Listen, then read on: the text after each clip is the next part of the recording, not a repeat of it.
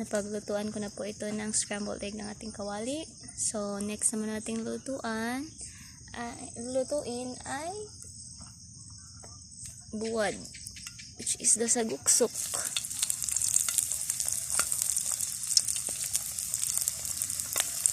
Saguksok na buwad. Iparis na to sa aring itlog. Makainin po kayo nito, guys. Ang buwad na ito. Dried fish, which is the saguksok. Saguksok na buwad para pang ulam sa hapunan. I-partner natin sa ating itlog, sa ating scrambled egg.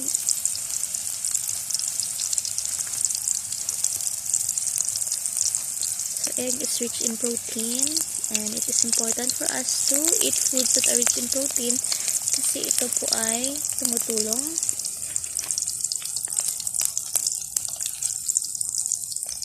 sa atin. Okay, it helps build our body.